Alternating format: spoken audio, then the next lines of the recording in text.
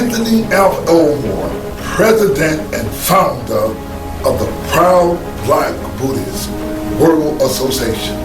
We at the Proud Black Buddhist World Association are not only the Black Buddhist force in America, but we are the Black Buddhist force in the world. And today we bring you one of our most exciting and most important Buddhist lectures. My lecture today is titled NARA Honored Historian Anthony F. Elmore, Buddhism for Black America. In regards to Buddhism in America, I am undoubtedly the blackest Buddhist in America in that I have lectured and written more about Black Buddhist history than anyone in America.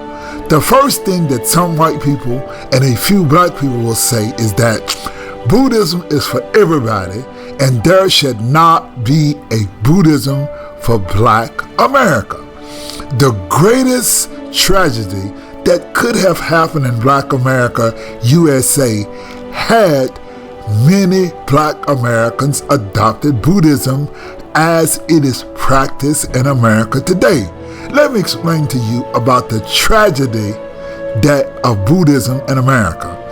There does not exist one Black male in America who is known and respected in the Black community as a Buddhist. You see, while Tina Turner no longer lives in America, she is the most noted Black Buddhist in the world.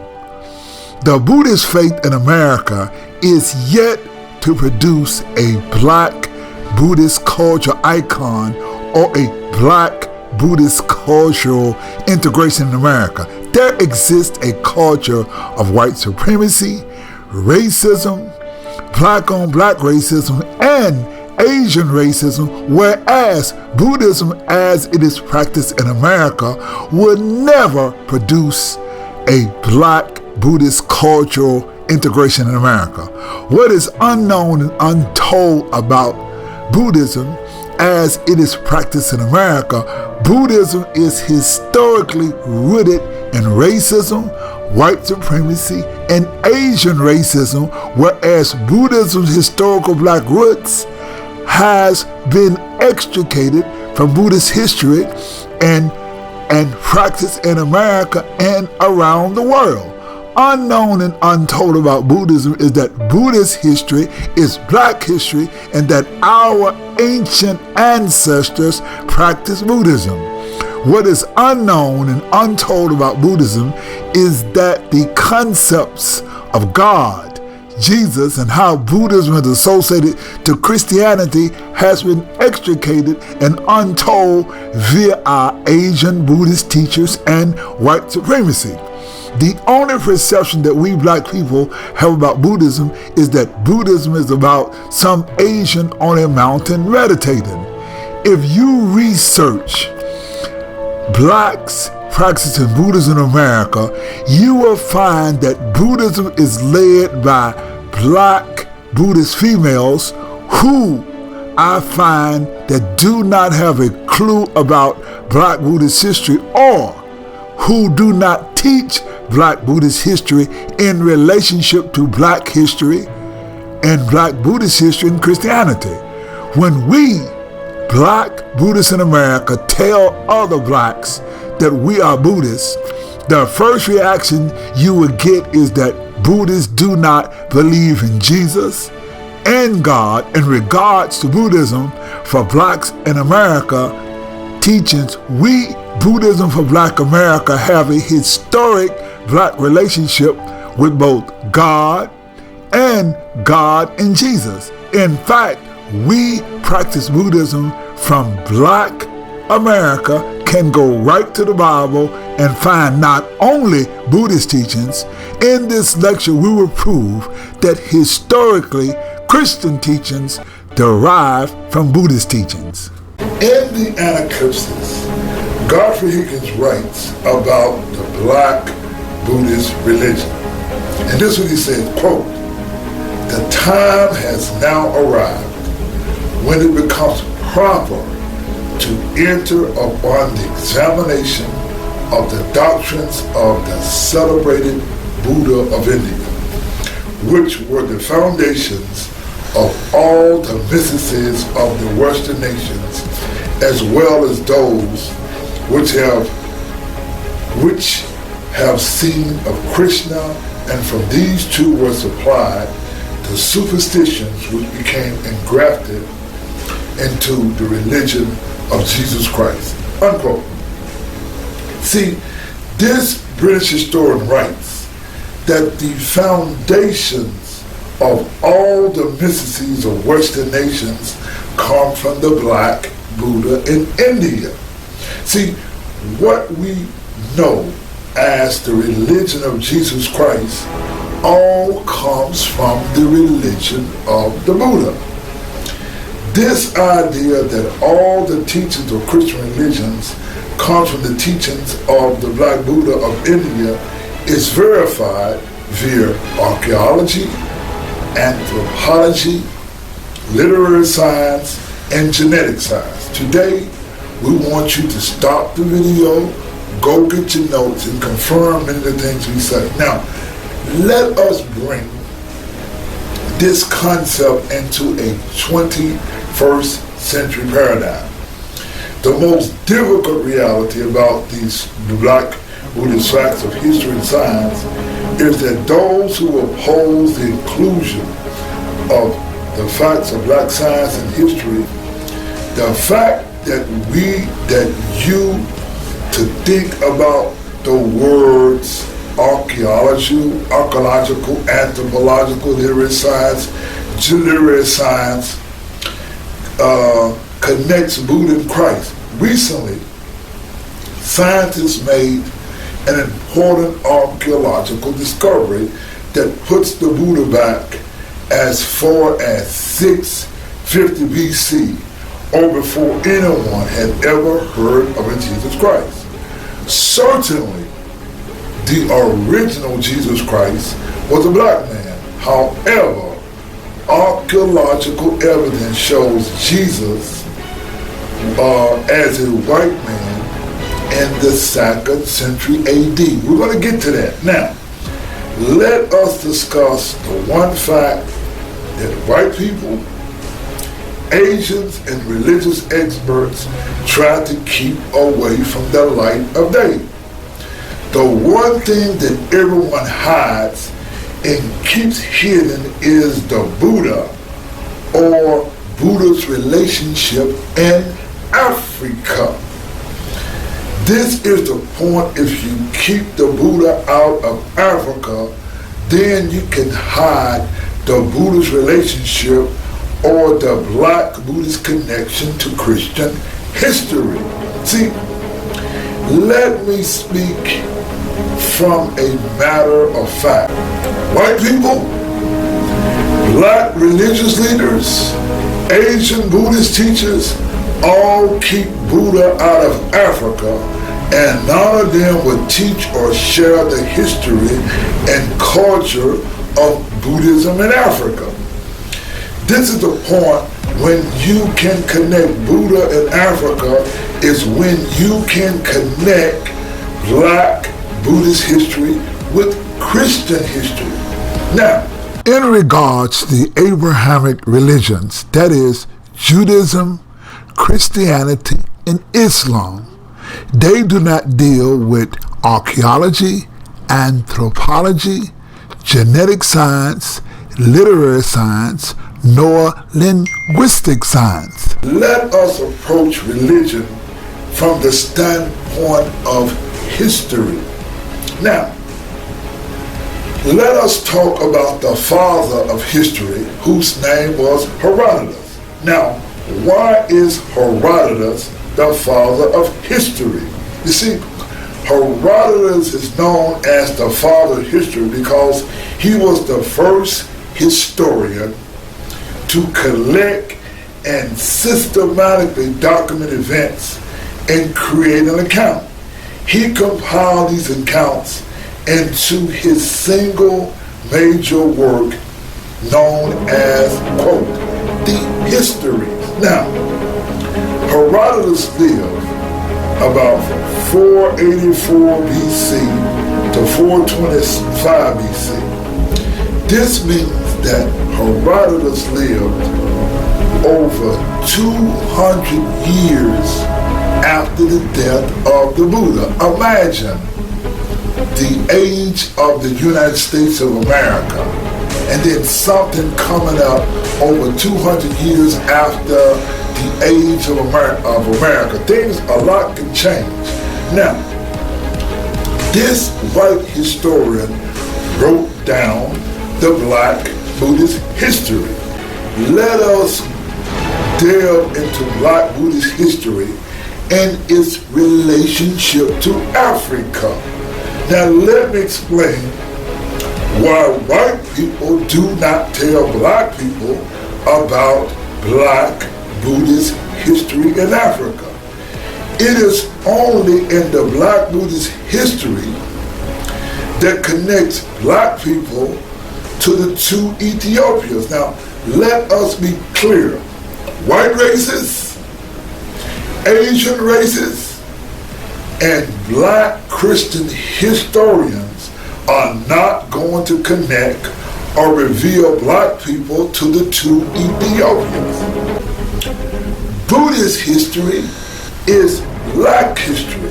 When you learn your Black Buddhist history, you will learn the Black Buddhist connection to Christian history. Now,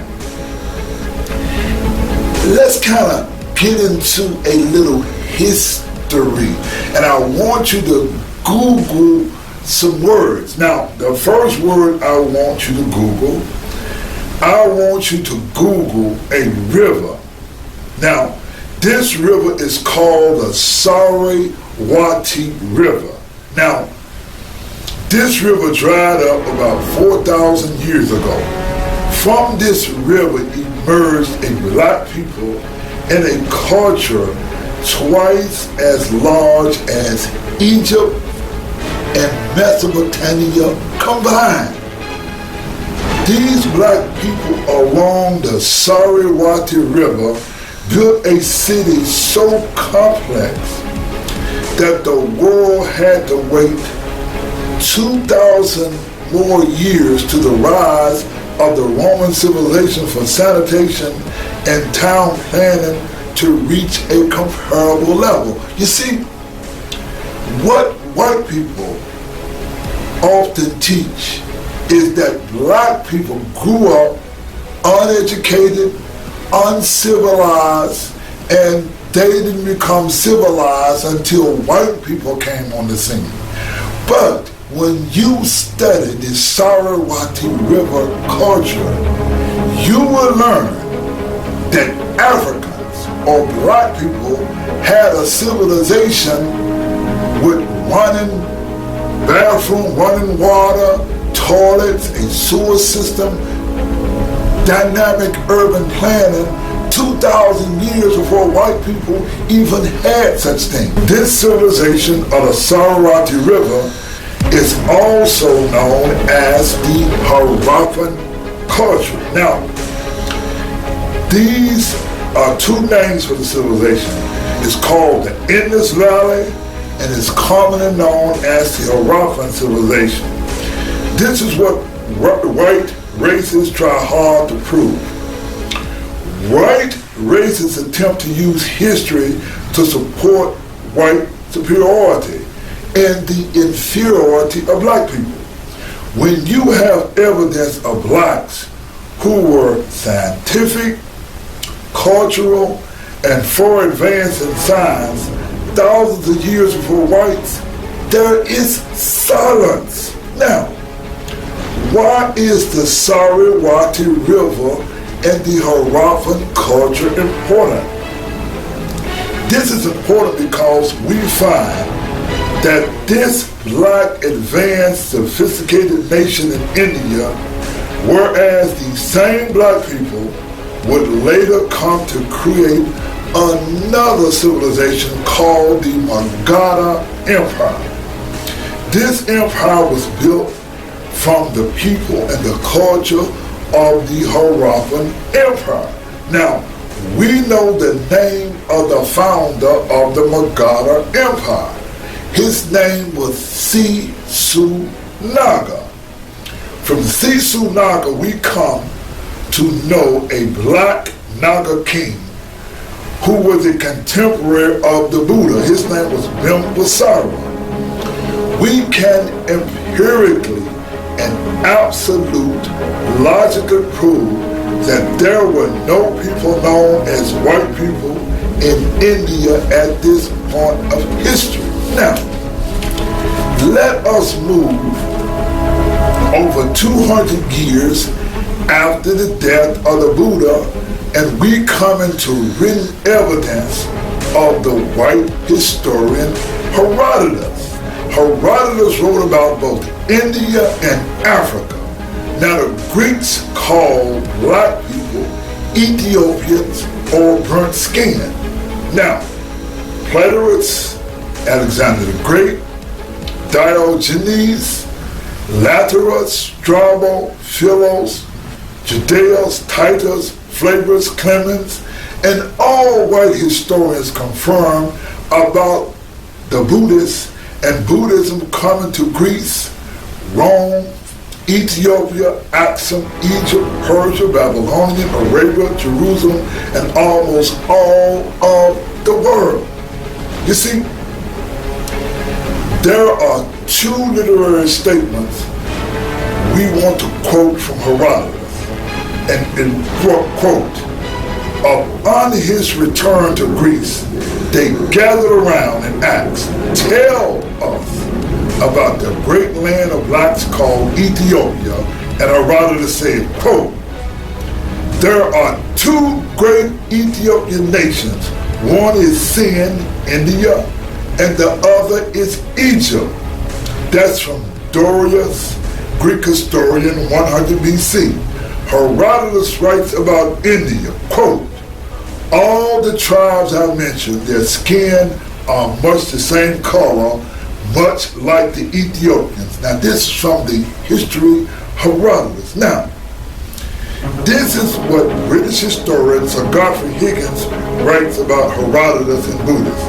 Herodotus speaks of Nero as the cradle of the Gymnosophists or Buddhists. Higgins writes, quote, we see here that the followers of Buddha are called Gymnosophists. It has been observed that the Nero of Ethiopia was Niru. This is confirmed by the observation of Helidorius that the priests of Nero were of a humane character and were called Gymnosophists. This humane character that he's talking about is the Christian or the brotherly love of the Buddhists. Now, when we come to Herodotus, we are over 400 years before the world ever heard of the religions called Christianity, Judaism, and Islam. We at this point, based on Herodotus, learn that there were two Ethiopias. Now, let us connect the two Ethiopias, India and Africa, with a people and a history. Before there was ever a white man to describe a black man as Ethiopian, there were black people who named themselves, and they were called Kush or Kushites. Now, the kingdom of Kush was an ancient kingdom in Nubia located at the confluence of the Blue Nile, the White Nile, and the River Abara, in what is now Sudan and South Sudan. We are at 400 BC, and the Greek historian Herodotus writes that Nero was the cradle of the Gymnosophists or Buddhists. Now, how do we connect the Buddhists from India to Nubians in Africa? exactly who were the Nubians. Now, the term Kushite is a general term that refers to Nubians, Sutra, Meotes, Egyptians, Anu, Canaanites, and Afro-Sumerian rulers of Mesopotamia. See, linguistic and archaeological evidence suggests that the Dravidian pre-scribes held to a religion that reflects Proto-Saharan beliefs and practices. Now,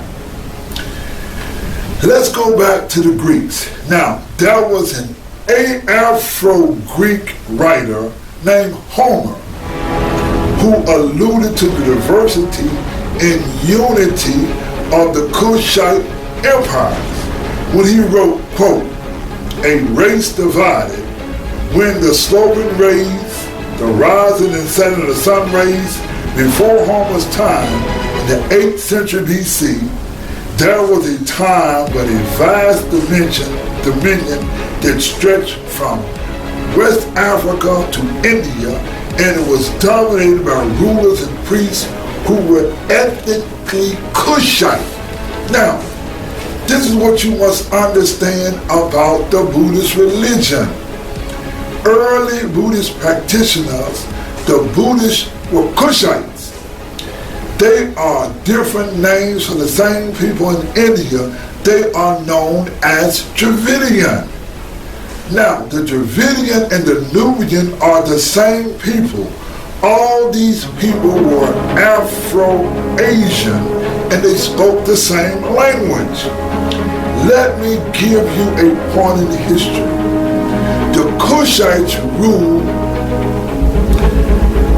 the world, and in Japan they were called the Anu, or the original people of Japan. They were in China, they were in Asia, they were all over the world. Now, these Japanese who teach us Nichiren Buddhism are not going to teach black people that the original people of Japan were Kushite or the Black Anu.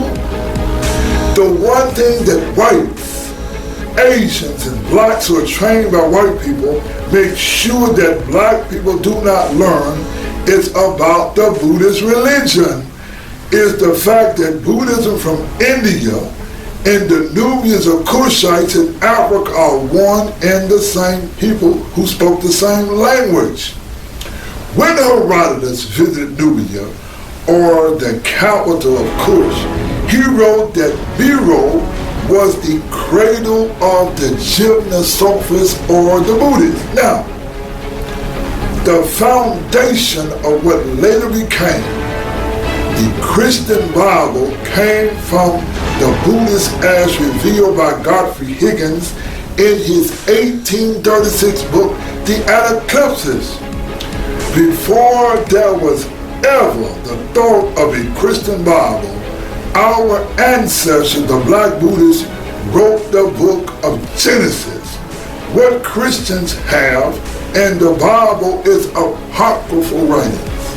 Now, we Black Buddhists have archaeological evidence. What is not taught about Christ is the fact there were two Christs in history. There is the African Christ, which is the original Christ, and there is the Roman Christ. Let me make this very, very clear. We proud Black Buddhists love, respect, and honor the African Christ. There is clearly a history, culture, and African background of the African Christ that has been written out of history. For those of you who would like to know the difference between the African Christ and the Roman Christ, the difference is Abraham. It is British historian Godfrey Higgins who teach us that Abraham was a Brahman, and Abraham means a Brahman. And the teachings of the two Christs is the teachings of the African Christ and the white Christ was the teachings of Abraham or the Brahman. On page 256 of the Anacalypsis, Godfrey Higgins writes, quote, "The real, true, conscientious Buddhists must have been an exact prototype of Jesus Christ, as I shall prove both in doctrine and practice," unquote. You see, the real and original Christians in world history were the Black Buddhists. For the record, before any white man ever thought of being a Christian, the real and original Christians were Black Buddhists. Now, on page 230 in the Anacalypsis, Godfrey Higgins writes, quote, for the origin of the cross, we must go to the Buddhists and the Lama of Tibet. In Tibet, this cross is called a dajuri. Now, the African cross of the Anak in ancient Egypt came from the Buddhist teachings. The cross in Roman Christianity did not become official until King Constantine of Rome endorsed the cross hundreds of years after the death of Christ. Now, while the cross is the foundation of the Christian religion, the cross in Buddhism symbolized the Buddhist concept of enlightenment. It was the African Christians or Buddhists who came up with the cross. Now, please note that the word Christ in Buddha means the same thing. The word Jesus represents an individualized level of enlightenment in Christian experience. See, Christ, on the other hand, represents an epitaph, any explanation of the quality of enlightenment reached by Jesus. For this reason, in the context of Western mysteries, Jesus represents the perfect mode, the inner workings of the purified substance in the vehicle in which the path of awakening, the level of Christ consciousness takes place. Now, the word consciousness, now in Syriac, Messiah, and in Greek, Christos means the anointed one. As for the word Nazarene, the meaning is, quote, he who reveals what is hidden. Now, as far as the word Messiah, it has two meanings: the Christ or the anointed one and the measured one, unquote. Now, please note that Jesus in Hebrew means redemption, and the word Nazareth means the truth. Thus, the Nazarene means the truth. Jesus had attained Nazaretha, perfect spiritual enlightenment, and that he also taught this path to others. Hence, Jesus and his disciples were Nazarenes, or Nazarenes, meaning followers of the mystic path to God, or the pure being. The original apostles used the term Jesus the Nazarene Messiah, which means Jesus the Nazarene, the Christ, the anointed one. Atone and enlightenment is one and the same word. Remember, now his last name is Christ. The first name is Jesus. The middle name is Nazarene. Now, hence the name Jesus Christ of Nazareth means the anointed one, the giver of truth, the bringer and the source of redemption, the revealer of what is hidden, the enlightened one, who has the gift to awaken one. The teachings of Christ and Buddha was originally based on the teachings of enlightenment. Now, let us move back to that famous river that dried up. It's called a Saraswati. Now, let's talk about the Harappan, the Indus Valley civilization. Now, this is the major sin of white historians. 2,000 years before any white people had indoor toilets, urban planning, and sophisticated cities, black people called Kushites ruled the world. What white people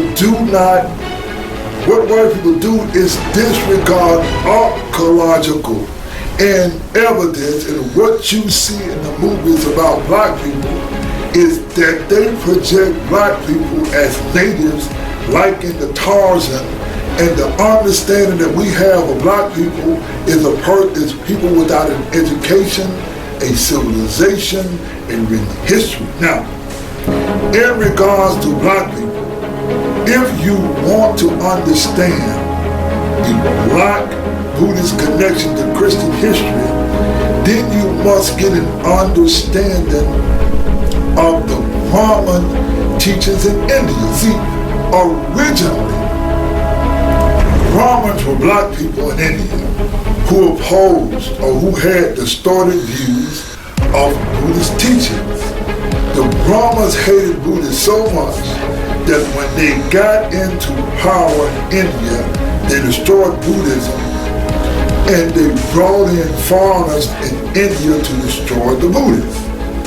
The foreigners that they brought into India to destroy the Buddhists were white people. These white people mixed with the black Indians, and they took over the religious teachings of India, and they became the new religious teachers in India, whose goal was to destroy the Buddhist teachings. I want you to look at these Indian Semites. They are the people in history who we know as Semite people. These Semite people are these people in India who became the Brahmins. These Brahmins created in India the world's first sanctified racism based on skin color called the caste system in India. Now, look at the pictures of the Brahmins in India.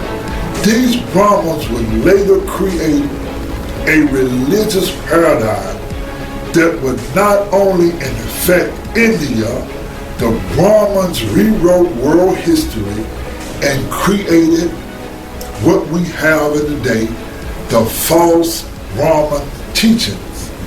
In regards to Brahman history, black people in America would kill another black rather than challenge Brahman teachings in America. In fact, I, Anthony F. Elmore, would be hated by blacks, whites, and Asians when I tell about Brahman history. It is the Brahmins who have a hold on world affairs. The best way that I can explain Brahman history is via the movie Planet of the Apes. See, the Brahmins rewrote science and they extricated all black people out of history. Let us watch a scene from the Planet of the Apes. Tell a story, and some will say it was just a fairy tale about a human who came from the stars and changed our world.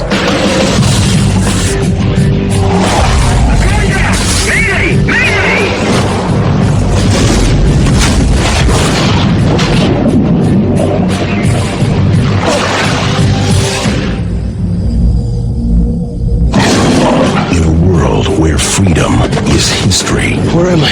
What is this place? Get him out! And get him clean! Brutality is law. Rise when your master enters. The powerful rule by fear. Next you'll be telling us these beasts have a soul. Is there a soul in there? It's disgusting the way we treat humans. How the hell did they get like this? What other way would they be? If they see you on the street, they kill you on sight. You stay here, you're already dead. Where are you from? United States Air Force, I'm going back, but... Some humans have escaped. Is there another way out of the city? I can show you the way. They travel with apes. Declare martial law. We underestimate this human. Who the hell are they? The story is spreading through the villages. They all want to see this human who defies the apes. Full division! Full battle ready! It's over, there's no help coming. You came. Sound the call to march! Get me the spaceman.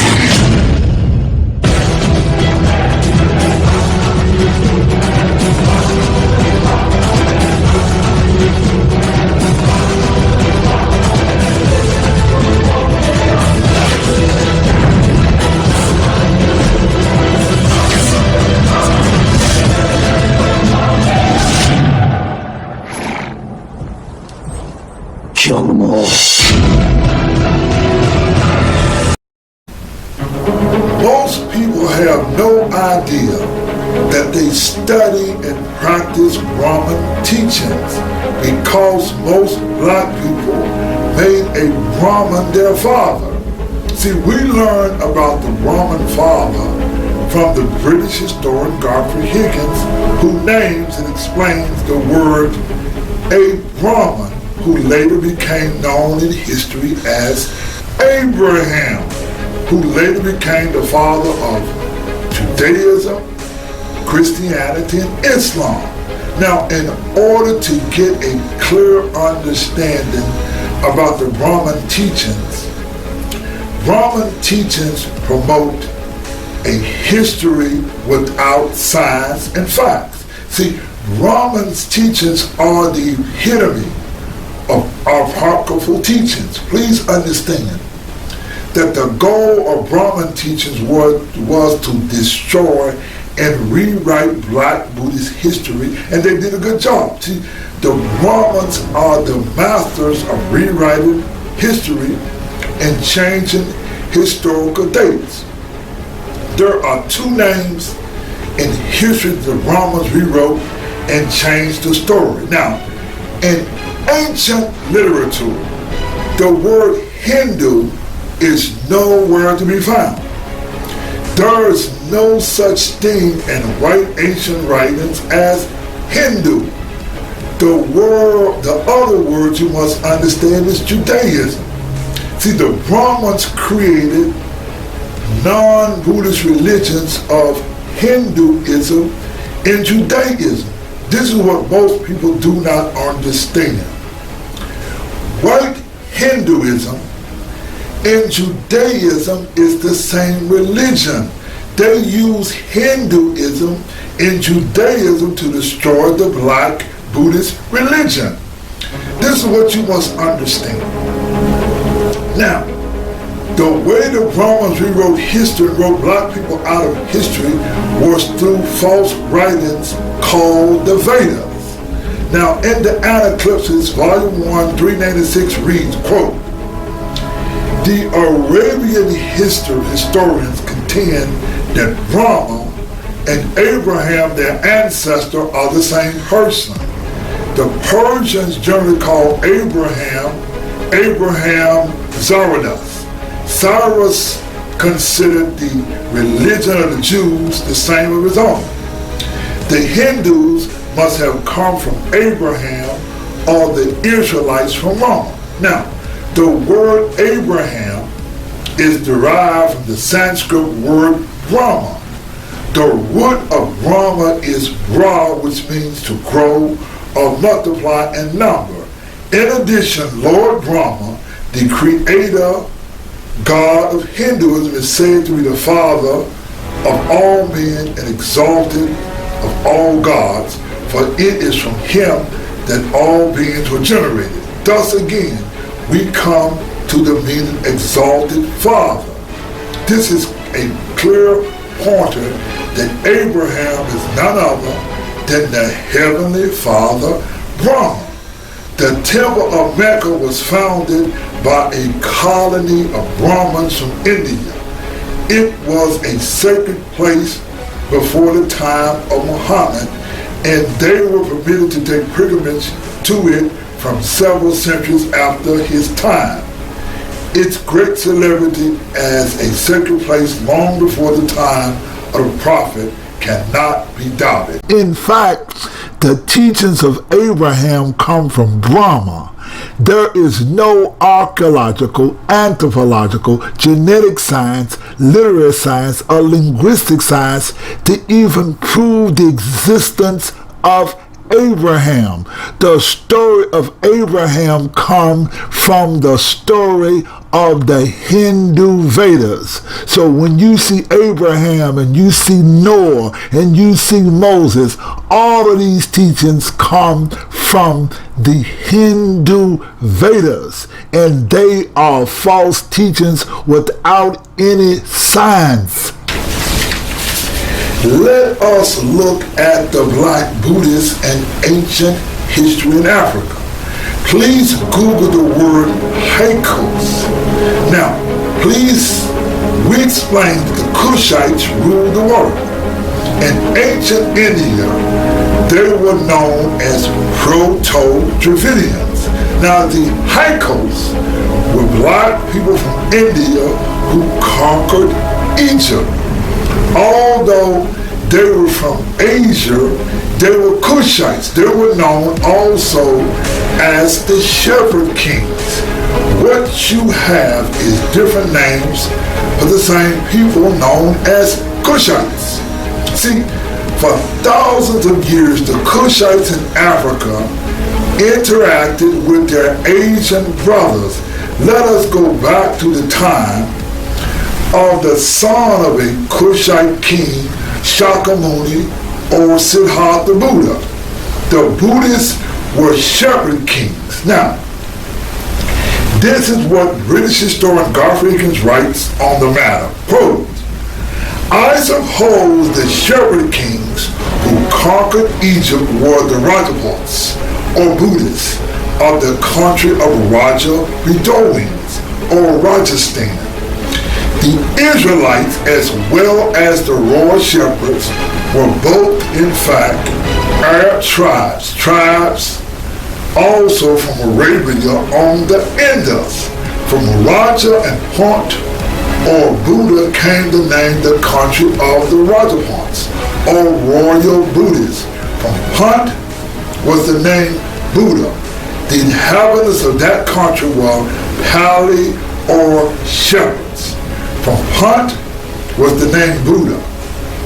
Now, they came from a country called Arabia as they crossed the western Arabia en route to the Abyssinia, Ethiopia.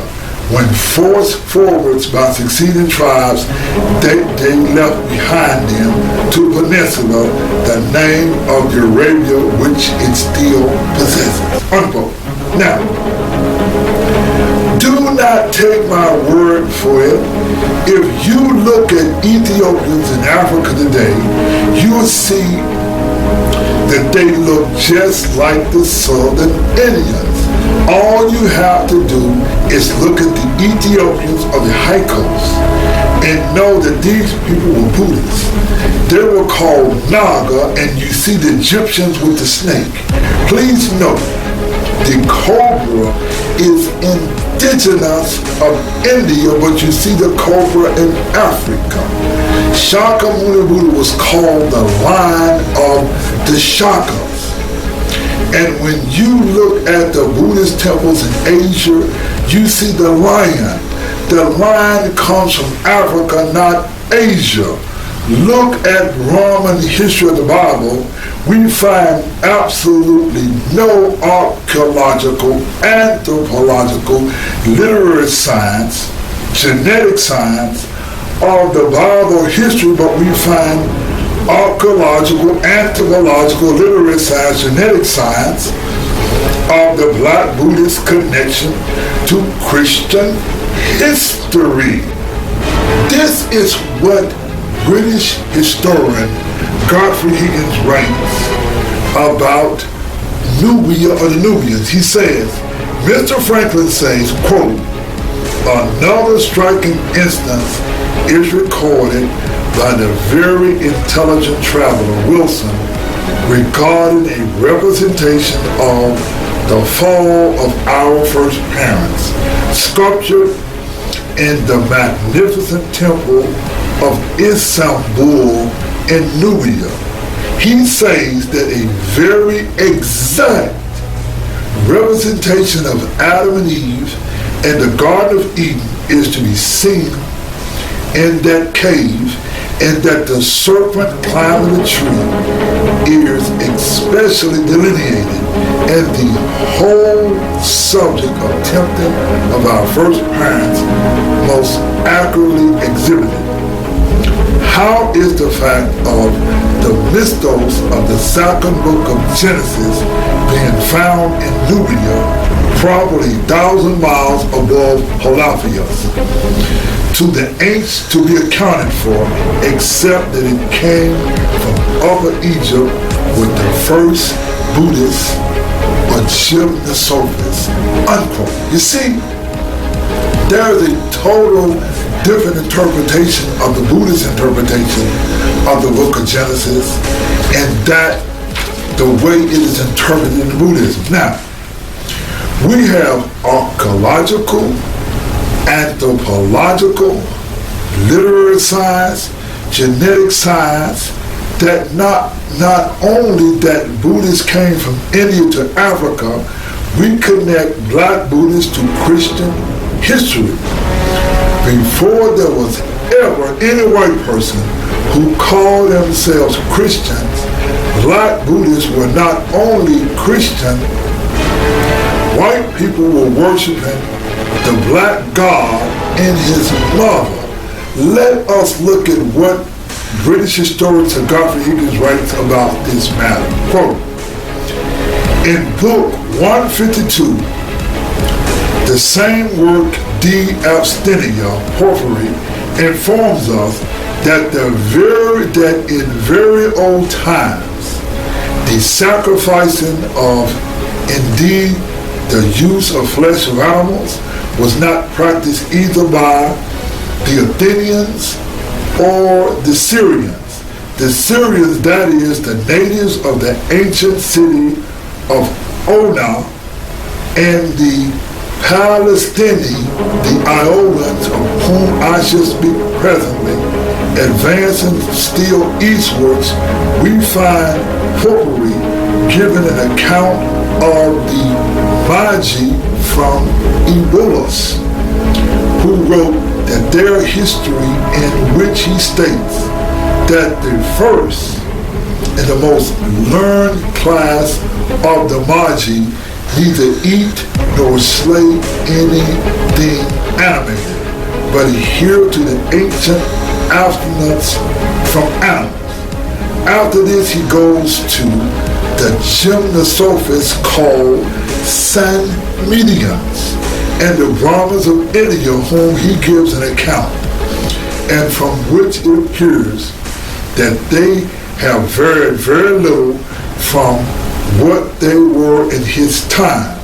But all these actions seem to show signs of the first black Buddhist people as either no animal food or the black Hilaski or Illyrians coming to Italy and bringing the black god and his mother along with them. They not only brought the black god and his mother, but they brought his house of Loreto, as I shall show in its proper place, unquote. Now, this is what I like to know.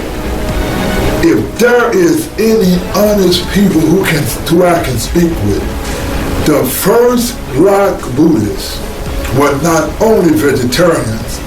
They brought the black god and his mother to Italy hundreds of years before there was ever a religion that was officially called Christian.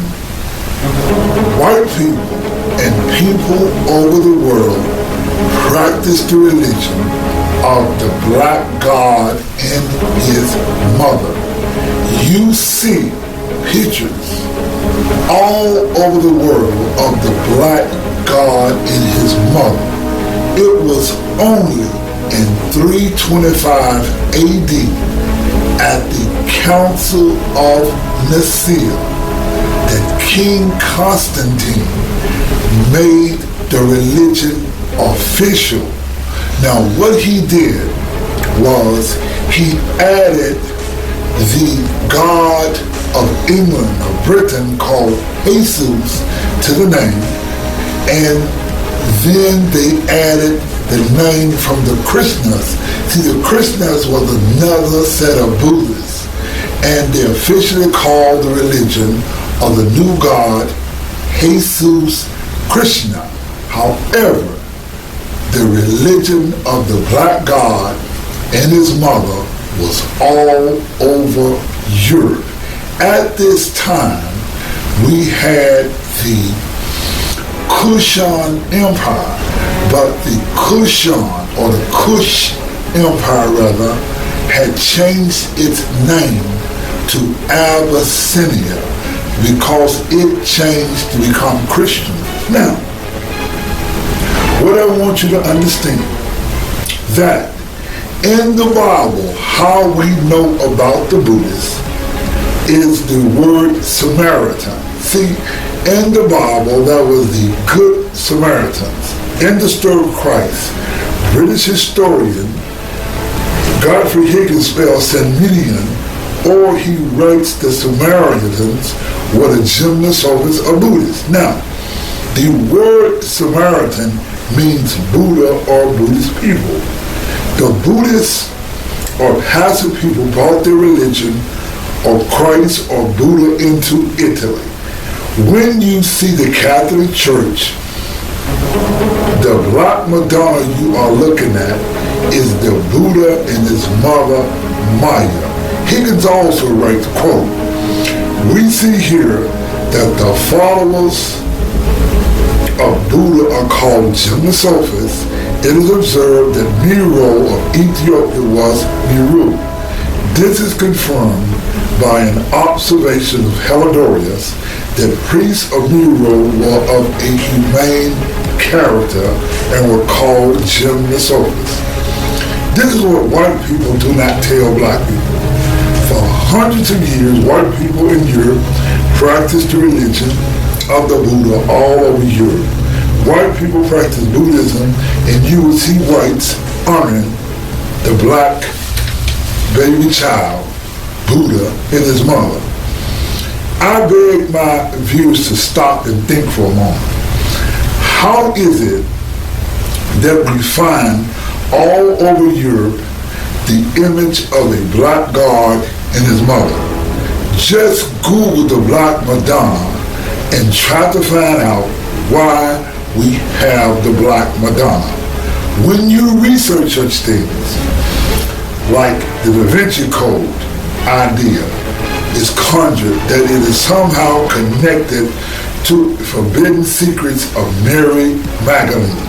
See, ladies and gentlemen, there is a secret regarding the Christian religion, and the secret is, quote, the Black Buddhist connection to Christian history.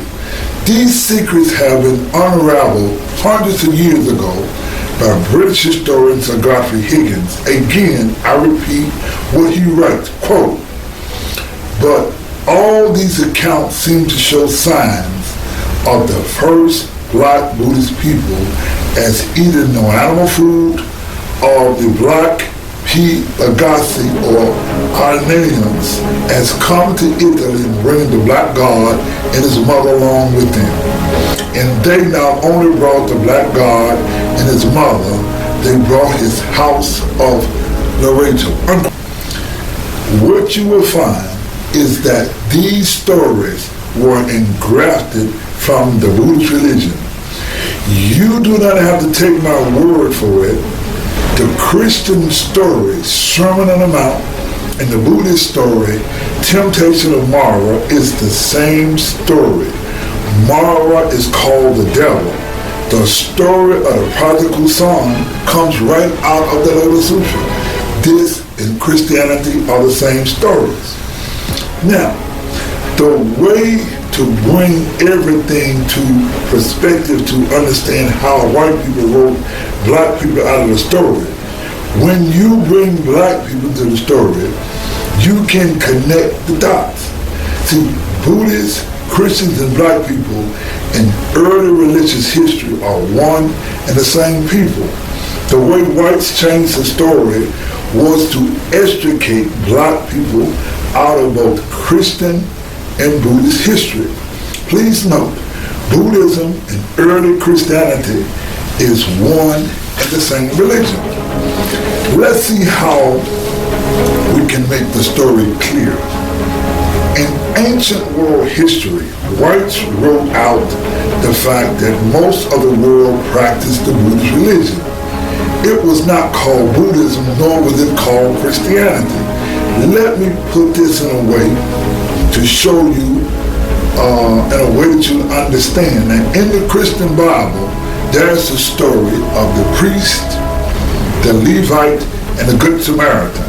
In ancient times, the Buddhists or gymnosophists were called Sumerians. There are two spellings of the word. The other is Sanmedia, that's Samanean.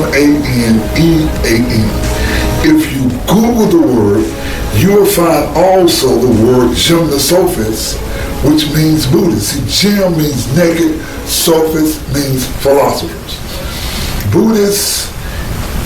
Buddhism is simply what the religion was called just a few hundred years ago.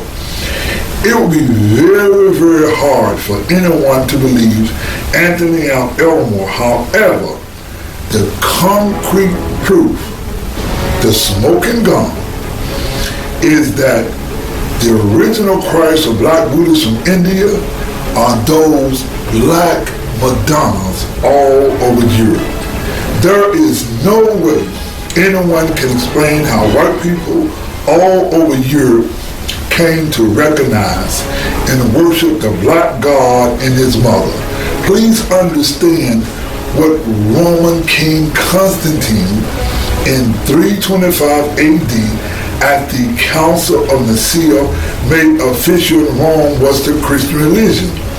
Again, he used the two names, Hyksos and Krishna, that later became known as Jesus Christ.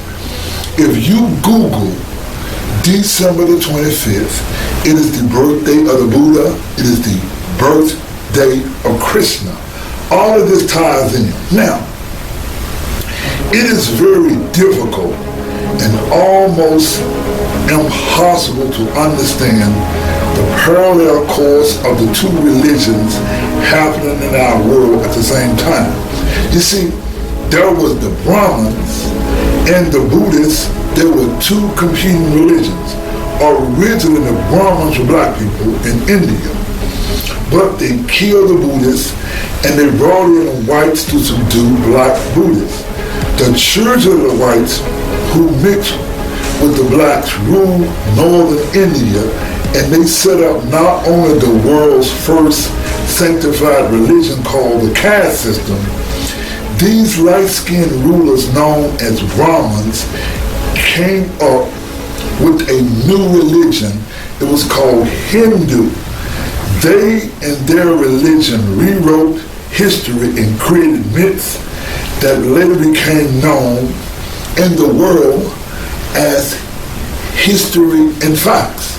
See, the clearest way to delineate the original Christians with black Buddhists is to separate the teachings of the Hindu Brahmins. Please understand that in ancient writings, the word Hindu, as in the Hindu religions, did not exist. The Hindu Brahmins rewrote history, they introduced myths, changed the dates, and they called it world history.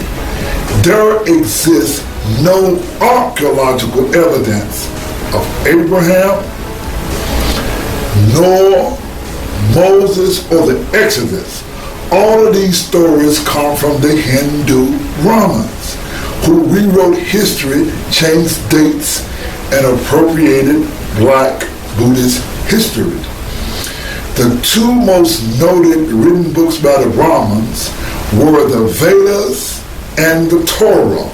Both books are reeked with fraud, and they came from the same source, the Brahmins. Now, what you must understand is that there exists no archaeological evidence of the Torah of the Brahmins before AD. Now,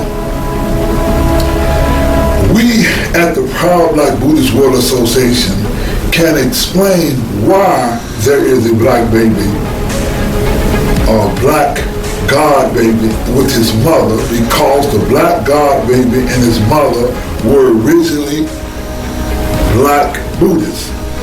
Let me take you to some of the earliest archaeological evidence of a white Christ. The first archaeological evidence of Jesus happened in the 2nd century with the Kushan king Kanishka. Now, please understand that King Kanishka was a Kushan king who had ruled Afghanistan. Now, he conquered India. Now, for hundreds of years, the Greeks had introduced or had adopted the Buddhist religion.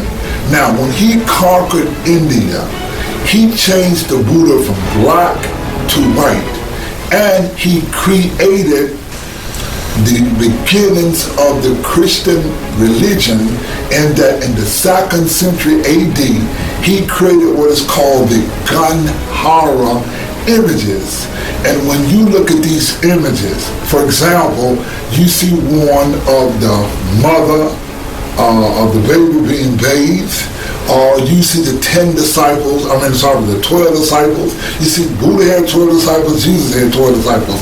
What they did was they took those pictures of the Greek-like images of Buddhists, and that is your foundation of the Christian religion. In fact, the first evidence of the Christian religion is on a Kanishka coin. On one side of the coin, you have Buddha, and the other side of the coin, we have Jesus. Now, you see, although we can show Black Buddhist Association of white people before the time of Alexander, please view the images of Alexander the Great with Buddhists. See, the ancient Greeks before Alexander was associated with black Buddhists. There was a black man who was Socrates. He was a Gnostic or a Buddhist. Socrates taught Plato, Plato taught Aristotle. Aristotle taught Alexander the Great. Before there was ever an idea of a Jesus Christ, Greeks practiced Buddhism. What I want you to do, this is evidence of this, just Google the word Greco-Bactrian kingdom along with the Indo-Greek kingdoms, the easternmost part of the Hellenistic world, covering Bactria and Sardinia in Central Asia from 250 to 125 BC. Now, it was centered on the north of present-day Afghanistan. The expansion of the Greco-Bactrians into present-day eastern Afghanistan and Pakistan from 180 BC established the Indo-Greek kingdom, which was to last until around 10 AD. Now, you got to understand, you see, let's go back into India. Around 185 BC, the Brahman general by the name of Pushyamitra Sangha killed the last Mauryan king, and they kicked the Buddhists out of India. Now, we can go to 155 to 130 BCE to the Greek king Menander. Now, he's also known as King Melinda. This was a great white Buddhist king.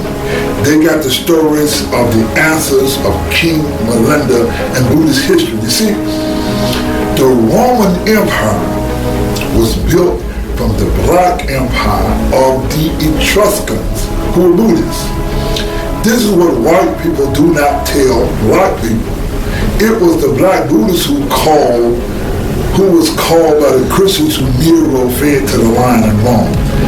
Let me be clear. The world's first missionary religion was Buddhism. It was the Black Buddhist king Ashoka who peacefully spread the Buddhist religion around the world. That is evidence of what King Ashoka did. It got into Africa and it got all over to certain European countries. Now, let's get to this. Abraham represented the Hindu Roman Jews. Now, what you must understand is that Judaism was not a monolithic religion. The Jewish religion, everybody was not the same. For example, the Jews, there was a tribe of Jews who came to Africa from India hundreds of years before the other Jews. This tribe of Jews were called the tribe of Judah. The tribe of Judah is the same tribe as the Buddha. In fact, the Buddha, Shakyamuni, was called the Lion of the Shakyas. Whenever you see the tribe of Judah, you are going to see the lion because the lion represented the Buddhists. When you see the Ashoka Edict, which we're going to show you, the Ashoka Edict, you see the lions on the throne because they represented the tribe of Judah. You can see this at the Apodemic Temple in Africa. You see the Naga, which the Buddhists were Nagas, or the cobra snake coming out of the lotus flower, and you see that beautiful throne. This is in Africa. Now, what happened was that the people all over Europe later came to accept the Buddhist religion. Now, it is only the proud Black Buddhists who teach the true history that the original Christ were Black and Buddhist. When you challenge, you go to the 2nd century AD where the Kushan king changed the Buddha from black to white. This is when all of this happened. Now, all one has to do is look at the Gandhara carvings of the Buddhists and you will see the first foundation of the Christian religion, whereas Christians were moved from black to white. Now, what I want all the experts to explain to me is why we find the Black Buddhist god and his mother all over Europe. King Constantine sanctioned the Christian religion at the Council of Nicaea in 325 AD. The name again was Hyksos Krishna, or Jesus Christ became officially the name of the religion, but before it was the Christian religion, this religion was all over Europe. Now, the story of Jesus and Buddha is the same story and the same God. The story of the birth, death, and resurrection come from the new religion that King Kanishka and Ashwagosha created called Mahayana Buddhism. All the story, the birth, the death, and the resurrection of Christ comes from Mahayana Buddhism. Mahayana Buddhism was started by King Kanishka. Now, let us deal with Buddhism in Asia hundreds of years before Buddhism arrived in Asia, meaning China and Japan and Tibet. See, Buddhism became Christianity before these religions even got to Asia. Now, let me tell you how Christianity happened. You see, Christianity started with a group of Buddhists. They were not called Buddhists, but they were called Essenes. Now, the Essenes were a sect of Second Temple Judaism that flourished in the 2nd century BC to the 1st century. The Essenes lived in various cities but congregated in a communal life dedicated to asceticism. Some groups practiced celibacy. They volunteered poverty and daily immersions. The Essenes, again, were the Buddhists. Now, we move to the Hebrew king, Alexander Jannaeus. He was the king of the Hebrew king of Judea from 103 to 76 BCE. He was an Essene or a Buddhist. How we know? Because he left a Buddhist koan. Now, the Buddhist koan shows the Dharma wheel. This shows that he was a Buddhist. Now, what happened was he got into a fight with the Brahmins. Now, the Brahmins were called the Pharisees and the Sadducees. Now, he got into a big fight. There was a big major war, and Alexander Jannaeus disappeared, the Essenes disappeared, and we never heard any more from them until about 1940 or 46, and they found some scrolls in a cave near the Dead Sea. These were the Dead Sea Scrolls. Now, in regards to black people worldwide, white people literally wrote black people out of history. Most white people are not going to tell black people that the original Christian God was black and Buddhist.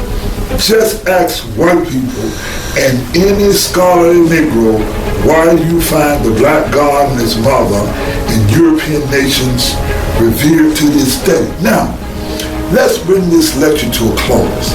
Now, we told you that was the great Kush Empire of Morocco. Now, what happened was there was another group of black people who conquered the Kush Empire. Now, see, the Black Nubian Empire lasted until it was captured and burned to the ground in the 4th century AD by Ezana of Axum. That's from 320 to 360 the Christian era. It's located in present-day Eritrea, northern Ethiopia, Yemen and Saudi Arabia, northern Somalia, Djibouti, northern Sudan, and southern Egypt. King Ezana, he was trained by some shipwrecked Christians from Syria, and he grew up in Ethiopia, but what he did was he changed the religion from Buddhism to the Christian religion.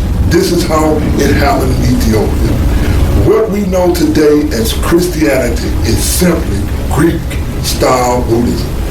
The original Christians were black Buddhists, and the original Christians was Buddhists. That is us, the proud black Buddhists. The essence of Buddhism is the Dharma. When you understand the Dharma, you will get an understanding of Buddhism. Now, I'll attempt in this part of the lecture to explain how Islam adopted Buddhism. Please understand that there is a perpetual battle of Brahmanism and Buddhism in our world. There is Brahman Islam and there is Buddhist Islam. There's a Brahman Christianity and there's a Buddhist Christianity. Let me explain Islamic Buddhism. Now, the one person most noted for the start of Islamic Buddhism is Caliph al-Ma'mun. Now, he was the grandson of the Prophet Muhammad. Now, the Dharma is the essence of Buddhism. The Dharma includes the teachings of the Buddha, but the Dharma is not limited to the teaching of the Buddha. The Dharma, explained in a simple way, is understanding natural laws in our universe. When Caliph al-Ma'mun got into power, he did not believe in the practice of Brahman Islam. In America, we only know of Baghdad as an evil place most noted for Saddam Hussein and Arab terrorists. Now, humanity owes a lot to al-Ma'mun and actually Islam or Arabs in that they created what we call a Dharma in Baghdad. Baghdad was actually the center of learning. Like, while most people just think of Baghdad as a bad place, Al-Imam encouraged all of the ancient writings to be translated into Arabic. Now, translators from abroad, certainly the Greek teachings were into Arabic. We know that Buddhism was widely practiced in Iran, and we know that the Lotus Sutra was translated into Arabic. Now, under the economic support of Al-Imam, he had a place called the House of Wisdom, and scholarship in general was encouraged. I mean, scientists from all over the world came into Baghdad. That's where we got the Arabic numerals. We got algebra, geometry, all the sciences, all of these things, all the medicines and many of the things we have today happened during the golden age of Islam. And it happened because Islam, or Al-Imam, started a culture that lasted 300 or 400 years in Baghdad, where all of the sciences and the enjoyments of science that we know today came from Arab people. Now, I also want you to understand and learn one thing. There is a man, his name was Al-Ghazali. Al-Ghazali. Now, he is known by historians as the single most influential Muslim after the Islamic prophet Muhammad. Within Islam, he is considered a Mujaddid, or renewer of faith. Now, according to tradition, it says these guys appear to restore faith. And he worked highly and acclaimed by contemporaries that Al-Ghazali was awarded the honorific title Proof of Islam. Now, he is cited mostly for bringing Islam back, because what he did was he got rid of all of the Hellenistic philosophy, or all the teachings that people learned in Greece, and what he did was turn Islam into a closed society. Or what he did was he took the teachings of Abraham, which was the teachings of a Brahman, and he brought those teachings back into mainstream society, and he closed Arabic people or the Islamic faith to relate to science and culture. And Islam is what is known today. So the person that's most noted for that is called Al-Ghazali. He was the man who actually destroyed the Dharma in Arabic country of Baghdad. We concluded this lecture pointing out Buddhist Islam. Buddha means wisdom, and in Baghdad they had the House of Wisdom, whereas they practiced Buddhist Islam. Please note that the Buddha Dharma is the Eightfold Path. We practice the Dharma. The Dharma is the right view, the right intention, the right speech, the right action, the right livelihood, the right effort, the right concentration, and the right mindfulness. What you have here is us, who are proud Black Buddhists, teach a Buddhism based on science. We are more like Dr. Neil deGrasse Tyson, and that we stand proud and we teach the Lotus Sutra, the highest of the Buddhist teachings. The title of the Lotus Sutra is Nam-Myoho-Renge-Kyo. Yo means correct, Ho means law.